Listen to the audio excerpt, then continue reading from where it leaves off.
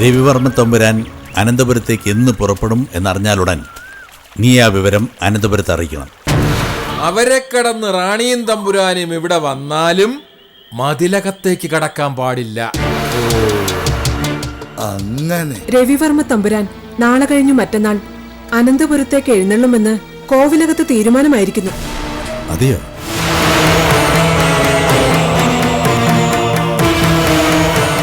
ക്ഷേത്രം എന്താണ് അടച്ചിരിക്കുന്നു? ഭഗവാനെ, ശ്രീപത്മനാഭ, ഇതാരുടെ കൃത്യം? ഇത് തീർത്തും ഒരു ഗൂഢാലോചന തന്നെയാണ്.